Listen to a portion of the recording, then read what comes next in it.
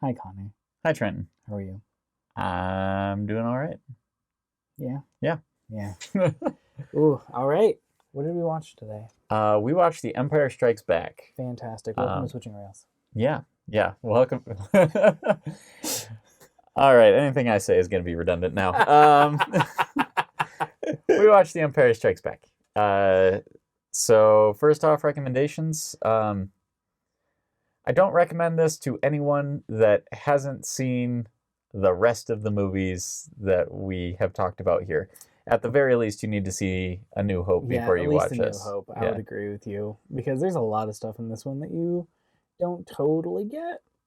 Yeah, this Like any one's of the character setup or any of the background. this one I think is the most thoroughly a sequel. Yes, it's very a sequel to that It's first Star Wars a movie. great sequel. It's a very good But, sequel. Yeah, I'm excited to talk about that. I would agree, but again, space opera. I don't think there is like mild torture. So if that's not your jam, Yeah, near the I end, mean though. it's like there is. I also think that it's mellow enough that like I watched this as a kid, and I was not like one of the Yeah, I didn't like really think really about it. unsheltered kids that like their parents were just like, go watch whatever. Like they were, you know, they were relatively strict Yeah. on certain things. But yeah, I don't think that the torture scene is All that bad. gonna off put almost anyone. No, I agree with that. So There's something else there. yeah. I mean, Han's kind of a prick. Yeah. But If you didn't guess that from the first movie, which you Yeah. hopefully have seen, then you will know in this movie. Yeah. For sure. So that kind of gets past our recommendations. Yeah, it does. But Where is this on the list? Do you remember? I don't remember exactly where it is. I know that this was the one we were watching Oh, that it starts it? that started I think this. that means it's like 14 or 15. Yeah. Yeah, I think it's 15. Anyway, it's 15, 16, 17, somewhere in there. Yeah, exactly. Yeah. Somewhere between 14 and I've 17. lost it. There's so much Star Wars in my brain right now. Yeah. But no, this is a great film. Yes. I would highly recommend this, and I also would agree that it not only belongs at its place on the list, or not only belongs on the list, but it belongs at its place. That's a strong statement for you. Yeah, some movies that especially are really up there. considering how my views on Star Wars have fluctuated. Yeah, absolutely. So, yeah, I absolutely think that it should be where it is, Nice. That's awesome. and I'll get into why a little later. Yeah, But- perfect. I wouldn't put it as high on the list. No? No, I don't Okay. think so. But like, I obviously don't know very many down further on the list. It just doesn't feel top 20 Okay. to me, and Fair so enough. I'd probably put it top 50 for sure. Okay. Yeah, that's a fair assessment.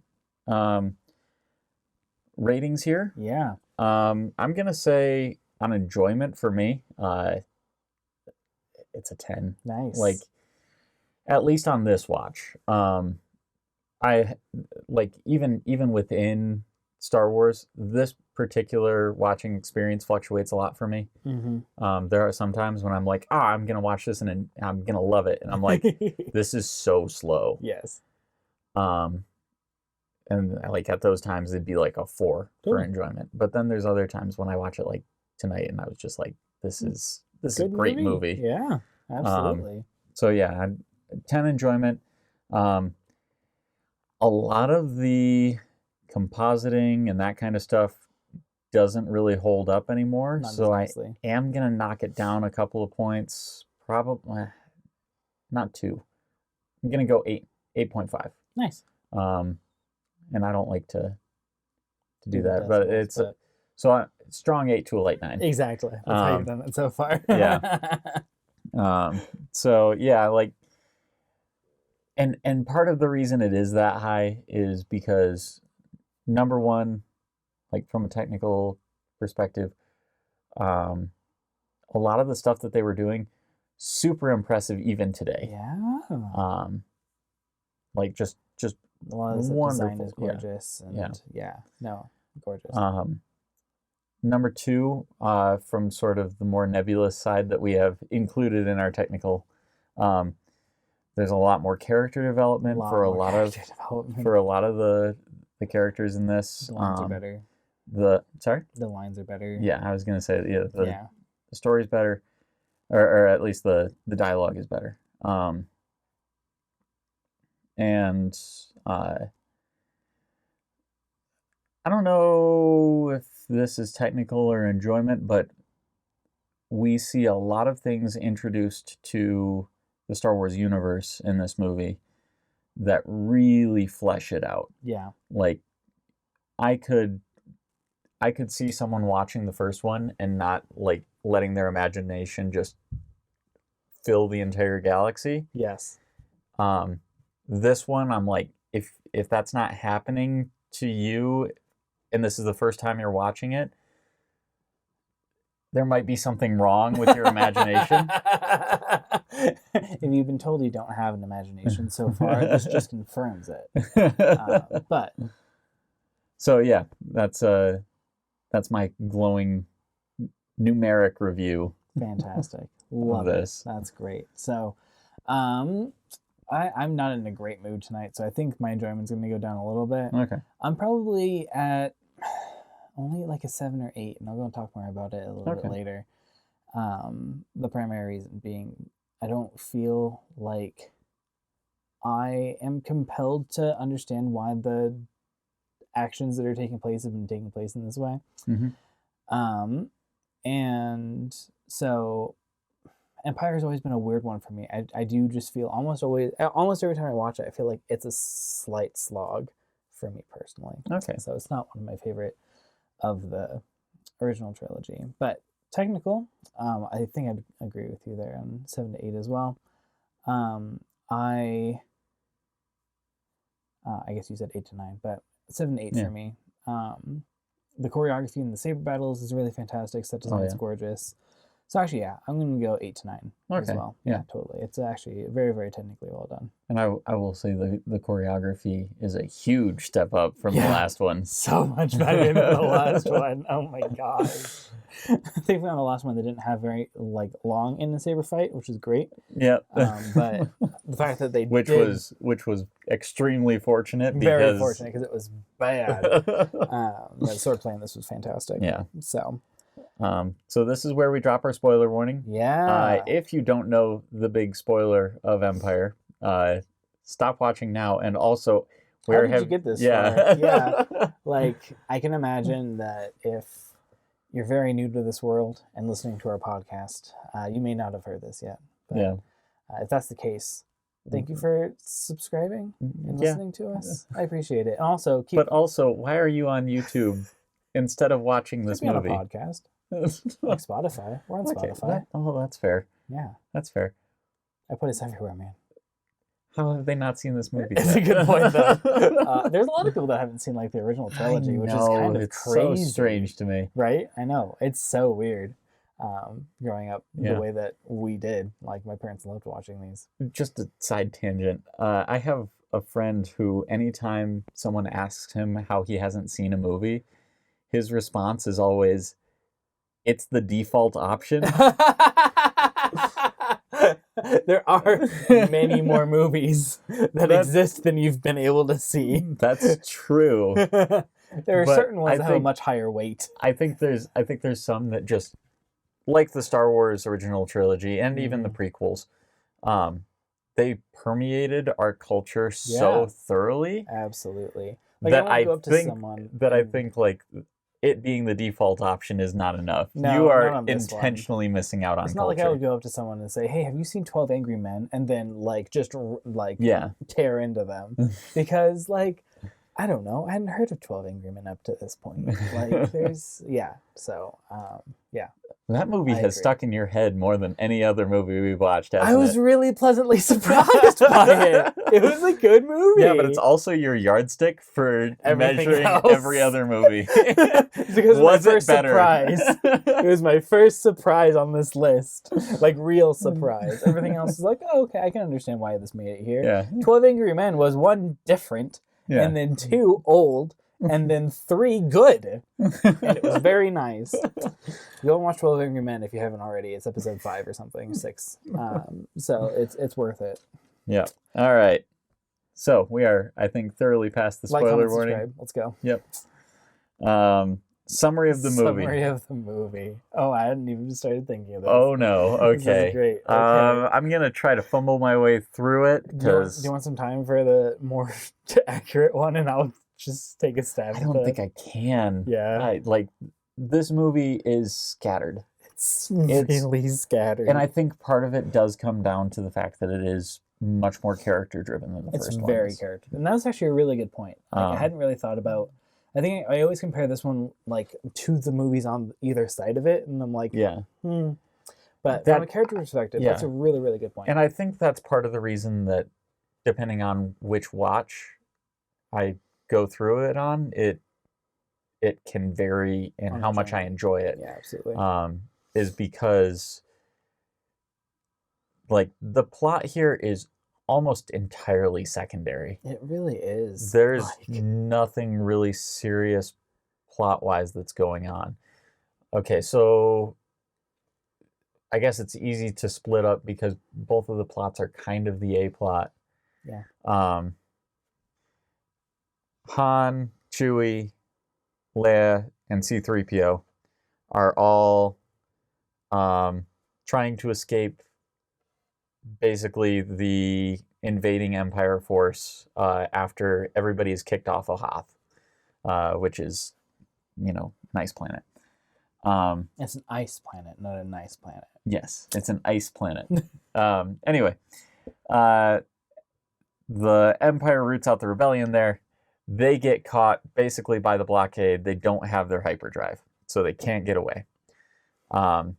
So they spend the whole movie hiding in asteroids, that kind of thing. Han and Leia fall in love, I guess. I have always been simultaneously charmed and disturbed by their relationship. Completely. But that is not part of the summary. Now it is. Now it is. Yeah, anyway, they end up at Cloud City, and then they get tortured so that Luke will come back and save them. Luke, meanwhile, while they have been evading the Empire, has been learning to use the Force from Yoda and leaves when he's not ready. Shows up at Cloud City to come save Han and Leia. And confronts Darth Vader, who reveals that no, he is his father. Whoa. Yeah. And Han is frozen in carbonite, sent off with Boba Fett to go live in Jabba's palace for a little while. Leia, Chewie, and C-3PO are all saved by Lando, who we met at the city. And Luke gets picked up by them after the big reveal from Darth Vader. Again, plot-wise, this is really hard to summarize. The summary is the rebels are losing. That's all they do in this movie. That is their number one goal, is to lose now. They've already done their one big goal, all right? They killed the Death Star in the last movie. They can't follow up with that.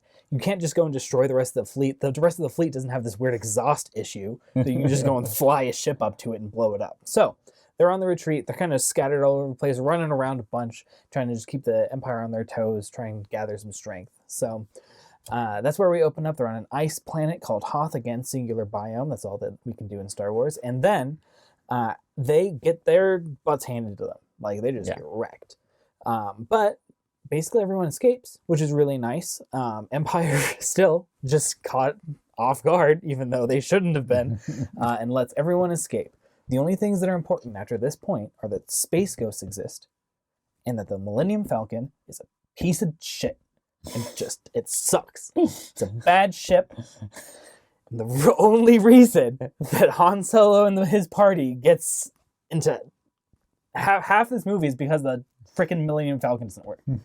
Over half of it, maybe. And so... But it's the fastest hungry junk in the galaxy. No, not whenever it's not moving relative to the speed of light. Anyway, so there's a lot of shenanigans that go on there. Also, Luke thinks, oh, wow, I saw a space ghost. I should go listen to it. And then spends time training, which I guess really isn't much better to do because you don't know where you're going to gather up. Even though he does. He actually knows exactly where the rendezvous point is. He's just like, nah, training. Because being a Jedi Knight sounds like a good idea because I learned so much about it from Ben Kenobi when I was talking to him for a good week before he died by Darth Vader. So, he goes and does that. He does get sent there by the space ghost. He says, you did not connect. Yeah, you did not connect those at all. You're just like, Space Ghost exists. I could go to Dagobah. Space Ghost does tell Luke to go to Dagobah. So he does. Gets taught by little green boy, Dagobah Kermit the Frog. And then goes and tries his very best to rescue Han, Leia, C-3PO, and Chewbacca from Cloud City. Why are they at Cloud City? Oh, because no, that goes back. It's again the Millennium Falcon just is a piece of junk. We can't do anything with it. I guess I need to get parts from somewhere. I don't have enough fuel or something to go to anywhere else that could have parts. We gotta go to Bespin to go. They only say the planet's name once. This is a cloud planet, by the way. That's its biome is clouds, which technically is actually a very good biome. Like you see cloud planets all over the place, which is good. But anyway, that's why they have to go there. And so Luke goes and tries to be there. But again, moral of this episode is the rebels suck. And they lose. And so Luke loses when he gets there. Gets his arm chopped off, much like his father did before him. And that line will come up in the next movie. Like my father before me. And learns that his father is not dead. As has been said, like actually to his face, that his father had died. Yeah. And then he just gets picked up in a ship, and for some reason Lando is smiling whenever he flies away.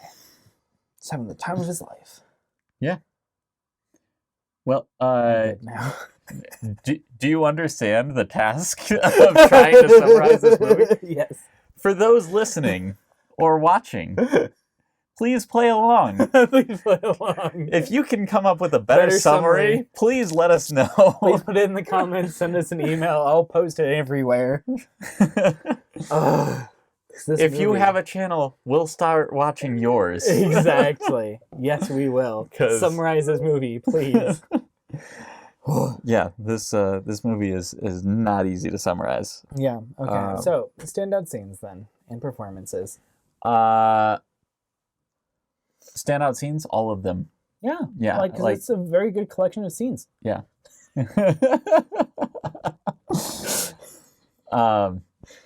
I will say this does have the one scene in the entire despecialized editions that make me go, I really wish that was the updated. Stands out for bad reasons. Yeah. And that is the hologram of the Emperor. Got like a bad claymation face. Yeah. Well, they did because in Return of the Jedi, the Emperor there was also the one who played the Emperor in the first or in the prequel trilogy. Really? Yeah, so it was a lot easier for them to just be like, let's take him and just record one more hologram instead of having the claymation that does really stand out is just not really good. Not good. So yeah. But standout scenes, I mean, you get hit with them right off the front and like Luke getting taken out by the Wampa. Yep. That is a great scene. Yep. Partially because it introduces us to the idea that there are plant life, there are fauna. Yes, there's fauna. on these single biome planets. Yeah. Doesn't make the entire thing feel empty. It's our first, if I can remember correctly, it's our first interaction with the Force that is actually showing us something physical it can do, short of Darth Vader choking some people out in the first... one or two people. Yeah, in the first movie. But, like, this is the first time that we're like, oh, this can actually, like, manipulate things. Yeah. You see a lot of in this movie, which is really cool. Yeah, and that's one thing that struck me as very strange, is that I had never noticed that this was what introduced that concept. Yeah, like force pulling and pushing. Yeah. So yeah, that right off the bat. Then you have the attack on the rebel base. Gorgeous. Yeah. The AT-ATs just lumbering. It's one of the best, yeah, like, just marches of, like, a high Imperial force, that's me, yeah, coming to wreck your stuff. Yeah, it is very, very cool. Yeah, there are standout scenes from start to finish with this. Completely agree. Everything with Yoda is really funny to begin with. Yeah. Like, just so good. There's the meme of, like, show me Yoda's, like, most perfect duel, and it'll go through Dooku, and it'll go through whenever he's fighting Palpatine, and then the hitting last R2-D2. Perfection. Yeah, so, like, the scenes in this are all fantastic. Yes. Since I already highlighted the one standout bad scene that I can think of, I'm going to highlight the one standout bad performance that I can think of. Yeah, sounds good. There is a soldier number 1 small character that has a line when they're talking about escaping, about 2 fighters against a Star Destroyer. Yes. Yeah, it's a little more inflection than that. It's like 2 fighters against a Star Destroyer. Yeah, that's pretty close. And Leia's like, yes. Sit down. Also, I feel like Harrison Ford either got more acting under his belt or his performance is a lot better in this movie. Yeah, and, like, I don't think it was bad in the first one. No, but like, it felt more amateur than it did in this one. Yeah. It was like, oh no, this is Han Solo now. Yeah. Like, I feel like you kind of see the character of Han Solo in the first cantina scene in A New Hope, and then this entire movie. This is just Han Solo. Yeah. And I really like his character in this. Like, they do kind of establish him as, I mean, the term is scoundrel. Yes. But, like, he really fills that role very, very well. Really, really well. Yeah. I mean, Frank Oz is always good. Yoda. Oh, nice. Like, I'm a huge Muppets fan. Like, so I can't say anything bad about the man. It was so good. Like, and I really liked it. Like, it's one of those things where you're like, you can tell that it's not real. Yeah. But you don't care. Like, it doesn't break your immersion that he's not real. Yeah. Like, sometimes whenever you're, like, really zoomed into his face and see his mouth moving. But otherwise, like, it's just, oh no, this is just a character. Like, I understand this entire thing isn't real, and he doesn't not fit that. Like, he fits. Yeah. Which is super, super cool. Yeah. And it's really nice learning more about the Force in this one. That's really, really, really awesome in this. Yeah, absolutely. It does turn into a more mystical thing in this one. Like a well-defined mystical thing. Like the soft magic system there is, like, they really help flesh it out. Like, hey, this is what it is. Like, it's a living thing. It ties things together.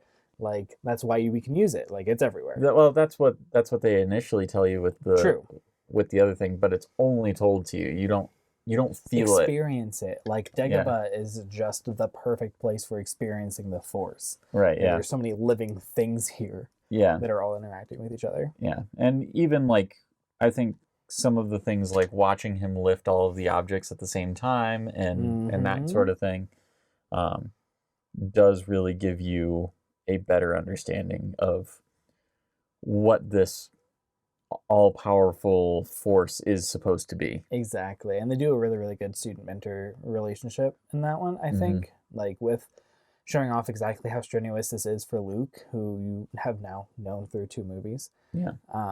And like the effort involved in his training. And then seeing Yoda, who doesn't even walk for himself. Right, yeah. Just, like, beast out this starship that is knee-deep in the mud. Right, yeah. So, yeah, that was, like, what they do there is really, really cool. Yeah. But, yeah, unfortunately, because there's so many, like, standout scenes and performances in this, like, I can't... Oh, yeah, there aren't a lot that I feel like I can pull. Yeah. Again, like, the final duels, fantastic. Yeah. The standout scene at the end, fantastic for I Am Your Father. Yep.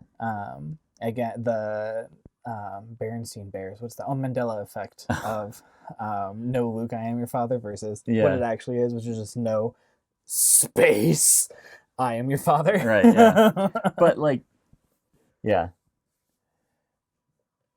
You can't just say, Luke, I am your father. No, that is one. No Luke. You can say no Luke, but yeah. It's so wrong. Yeah. Which is nice.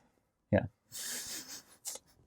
The background on that one of, like, no one knowing what the line was except for Lucas and Samuel. Oh, not Samuel. That's the next one. Wow. You're thinking of Lawrence Fishburne. Lawrence Fishburne? Who's that? Lawrence Fishburne was the guy in The Matrix. That was the whole thing about Samuel L. Jackson got asked by an interviewer if like what it was like to be in The Matrix. And Samuel L. Jackson went off on the dude. Yeah. He's like, that's Lawrence Fishburne. So, yeah. I just got wrecked on that one. James Earl Jones. I apologize. Yeah. Like, yeah, just Lucas and Jones knowing what was, like, actually happening in that. I love that. Oh. And you can see a little bit of the confusion on Luke's face if you're really looking for it. Exactly. Because he's, like, trying to figure out, okay, what are the implications of this? Exactly. I think that one is one that maybe they should have let him in. That the actual line was, Obi-Wan killed your father. Yeah. And that's actually what was being used. And they didn't actually hear the final cut until the end. Because all of the lines that Luke says afterwards, like, still relate to Obi-Wan killing his father. That's what I had heard. I can't cite the source. That's quite possible that you're right. I just knew that he didn't know what the line was. Exactly. But yeah, so cool. Very strange. I agree. But yeah, I think the main thing that gets me on this one, to stand out in a bad way. Again, you're like what you're saying, the characterization and world building nails it. Yeah. I don't have, like, Luke, I guess seeing your dead mentor as a ghost while you're hallucinating on the verge of being dead by frostbite and hypothermia, is, I guess, a good enough reason to go to a planet that you didn't really care about. But, like, he only goes there because Ben says so. Like, I don't have the connection that he feels like he wants to be a Jedi or he wants to, like, go and, like, further his understanding of this thing. He's like, no, I'm going because I don't really have anything better to do, and Ben told me to, which is, at best, an okay reason for me. I think part of it, and maybe I'm off base here, but my understanding was, one, the Rebels have been really good at establishing new bases. If he's going to go look for a new place to basically be before he goes back to the rendezvous point, it makes sense that he would want to go now. Yeah. That's a very good point. Number two, we do see him talking to Ben at the end of the first movie. He tells him to use the Force, and true. It's quite possible that you could say that's like him remembering in his head, but I've always interpreted it as the Force ghost. Yeah. Okay. That's a good point as well. So, like, And they also mentioned that there has been another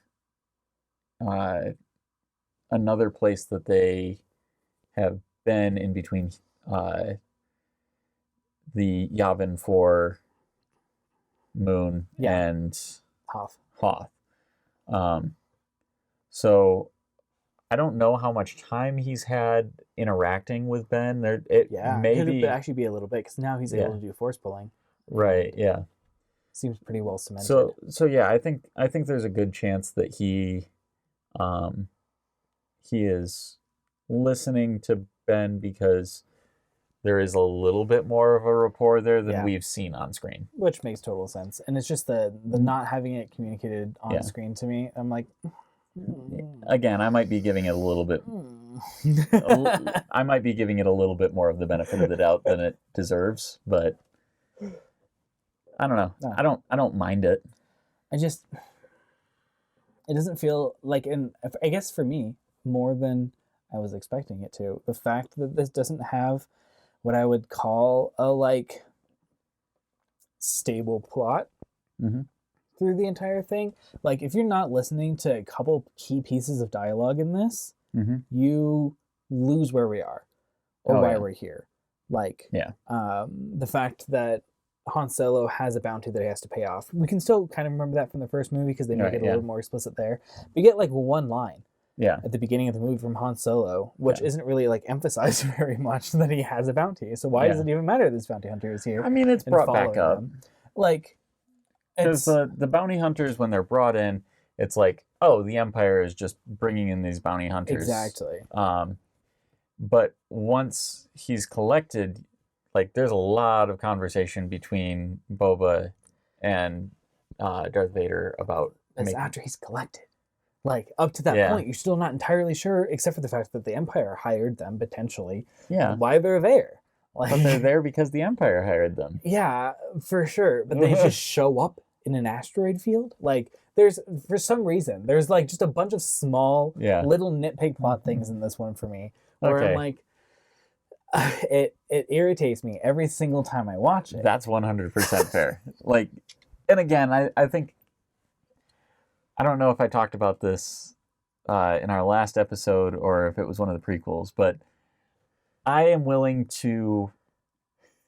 There are certain movie types that I will just go, I can't dive super deep into this and fact checking it, because if I do, it's just not going to be enjoyable. It's unraveled, and because Star Wars, it crumbles under scrutiny. It does. A lot of things do. I would say the same thing happens with almost every Marvel film. Absolutely. Happens with basically any big action film. Yeah. Any spy thrillers are... Oh, they are the worst. Yeah, that's just absolutely nuts. Yes, completely agree. And I mean, we've already watched The Dark Knight, right? And that's one that I think most people would agree is just a great film. It's just so good. But there are some things that just straight up do not make sense if you think about it, try to, And I think it is just the fact that even with A New Hope, we talked a little bit about how again, if you look at it too hard, it falls down. Yeah. But I get carried through that movie over those things. I don't get carried in Empire the same way. Okay. I step accidentally through the very thin paper that we're expected to go and fall for. Yeah, that's fair. So, but anyway, it is a really good movie still. Yeah, and I think I give it a little bit more leeway, especially because of just how immersive this one feels to me. The world building is gorgeous. The characterization is gorgeous. Yeah. So if I just want to be in Star Wars, this is a great one. It's a really good movie to be in if you just want to be in Star Wars. I completely agree. So, themes. Yeah. This one actually feels like it starts to develop some themes. Yeah, one or two, maybe. And inkling things. And actually one of my favorites, which is the theme of light versus dark as an internal struggle. Yeah, that's a really good point. Having Luke go into the cave and confront the darkness that is explicitly said he brought in there. Yep. Only what you bring in with you. Yeah. So there's that aspect. There's him leaving Yoda before his training's complete, where he is able to access the Force, but he has not learned to control it yet, which is the most dangerous time. Yes. Which I'm like, that's a perfect metaphor. And it's a gorgeous metaphor. Like, that's really well done. For power in any form. Yes. Right? If you have power, but you are not able to control it yet, you generally want more. Because, like, if you have more of the power, you're able to go and, like, do more with it, even though you don't have the finesse in controlling it yet. Right, yeah. Completely. So, yeah, I absolutely love the way that it's approached in this. Like, except for the fact that Vader, like, misestimated one or two things, that was the perfect trap. Yeah. Like, it worked exactly how he wanted it, exactly the time that he wanted it to. And he only underestimated Luke's power. Like, yeah. Oh. All too easy. But yeah, I think thematically those are probably the strongest. Yeah, and also you see that in Lando, you see that in Han. Yeah. And a bunch of the smaller characters, they're still main characters, but like Han develops some more, like, it feels like caring side in this one. Like, he was planning on just leaving, which again, there's a lot of circumstances that made him not leave, like the fact that Millennium Falcon is just junk. Yeah. They like really overemphasize it in this one. Like, sure, it's a piece of junk in the first one, in episode 4, and episode 6 is not very reliable. But they depend on Millennium Falcon being broken. The whole point of the Millennium Falcon is that it looks like a piece of garbage, but it actually functions really well. Exactly. In this movie, it doesn't. It breaks that. The only thing that's wrong with it is the hyperdrive through the whole movie. I know. That's one problem. It's the problem. It depends on the hyperdrive for its speed. That's the only thing that makes it fast. You've taken the character that is the Millennium Falcon, and you've taken away its power. Yes. That's a good thing. It's a character developing moment for the Millennium Falcon. If the Millennium Falcon could fix it. The Millennium Falcon is an R2-D2 C-3PO. It can't. It has to rely on its friends. I'm really reaching this mess. Good. Well, the Millennium Falcon needs more defenses, so I appreciate that. I'm kind of going a little bit too hard on the Millennium Falcon, so I apologize. Thank you for that. Thank you for reminding me. And then you go more into the Force being like very like the actual, like, you feel like the Force is more in this one. In the first movie, you're like, oh, it's the Force is the thing that Vader uses to kill people. Yeah. And kind of Ben talks about it. There's Force ghosts. I mean, from the good side, there's like, it allows you to sense things. Yeah, and like you can kind of see the future kind of with predictive. Yeah. Like it somehow helps Luke get the missile into the Death Star at the end. But it's all feelings. Yeah. Like, there isn't any like external thing. It's the thing that like lives inside you. It's Jedi mind trick. Yeah, there's a Jedi mind trick. You're right. Yeah, that's a good point. But again, that's sort of ethereal as well. But the soundtrack, along with Yoda doing the explanation, just makes you like, oh, I understand now. I know what the Force is now. Good job, guys. Like, you give me 4 minutes of dialogue and a great soundtrack and a little green Kermit, and we live, and it's good. It's a wonderful Force. I understand now. This is great. Thank you for explaining it. Yeah. Which, like, there is and you have the opposite side of like the dark side doing its best to encroach on that. Yeah. So, but yeah, I think this one did some really cool things thematically. It did a really good job of establishing what the Force actually is in this. It's a really, really good job. It's also where we start the fear leads to anger, anger leads to hate thing. Like, fear and anger and hate are mentioned a bunch, either during the saber duel or with Yoda. I forgot to mention this. This is something that I had never realized before, but you watch the way Darth Vader fights in this one, and it's animalistic. It's just visceral. It's so cool. It's just the power, and like this. I think Like he looks like a knight swinging like a great sword or something. Like he's going to batter whatever is in front of him out of the way. Again, the character development. Like we don't hear any of Vader's backstory here. No. Like we don't know anything more about him, but what he conveys in his willingness to kill people, in his single-minded focus to get what his goal currently is, being the Millennium Falcon, and in the traps that he sets, and then in his fighting style, like it communicates so well who Vader is as a character, which you don't get in that first movie. Yeah, in the first movie, you just get lightly tapping sticks against each other while having a conversation. Yeah, completely agree. But yeah, it's gorgeous. And that's not just like a choreography thing, like, oh, this looks more spectacular, which it does, but it also it does convey so much about who he is as a character. Yeah, and what drives him. Yeah. Yeah, completely agree. Which, like, I think we'll talk more about that in the 6th movie. Yeah. Yeah, like, but you see that same fighting style in, like, Rogue One, and as well in Obi-Wan, the series, which you really should watch. But okay, I'll get to it. It's just gorgeous. It's really, really good. Okay, yeah. And I will say the one part of Rogue One that, okay, so this isn't a Rogue One review, so I'm not going to get too deep into it. We'll do it sometime. But I will say, like, on rewatches, Rogue One has left me pretty underwhelmed in most regards.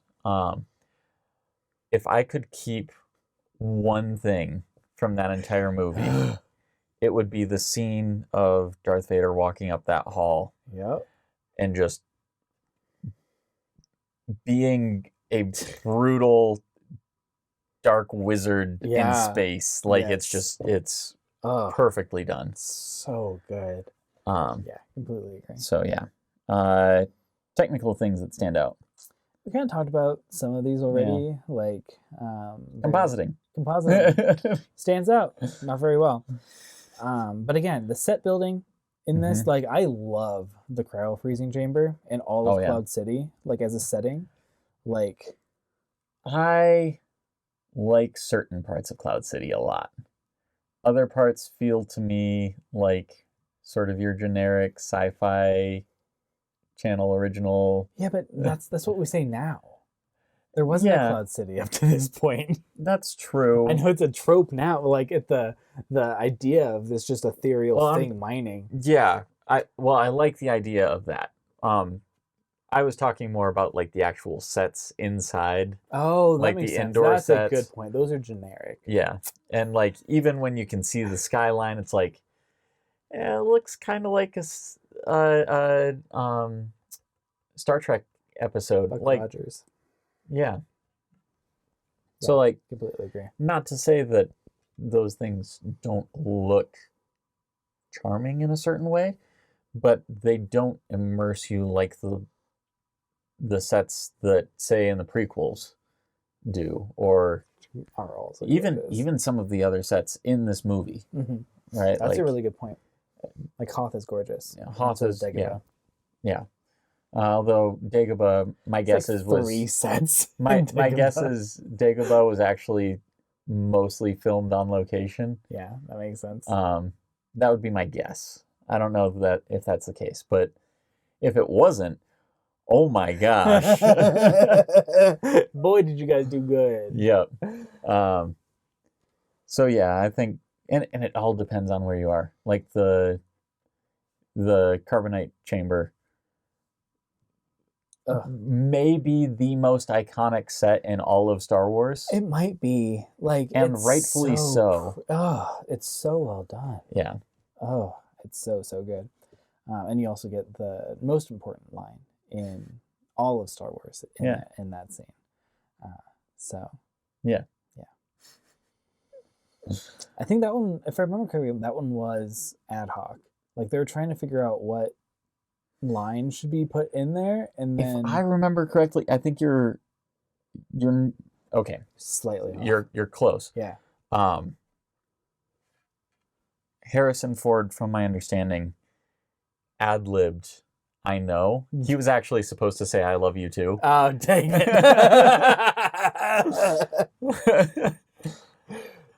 But it fit the character so well. Much better. Yeah. It's just, the impact in that scene is gorgeous. Also, my mom will never not laugh at him saying that, and she will also never not criticize him for saying it at the exact same time. Absolutely. No, and like that's a valid point. Like this is what you've been working up to this entire movie, my good sir. Have some decorum. Yeah, I feel that. Yep. So yeah, but lots of really good technical things in this one. Yeah. And again, also, swordsmanship. The work on the actual lightsabers. Yeah. Also much better. Much better. And like in the first one, they weren't bad, but like they were crisp. Yeah. In this one. Yeah.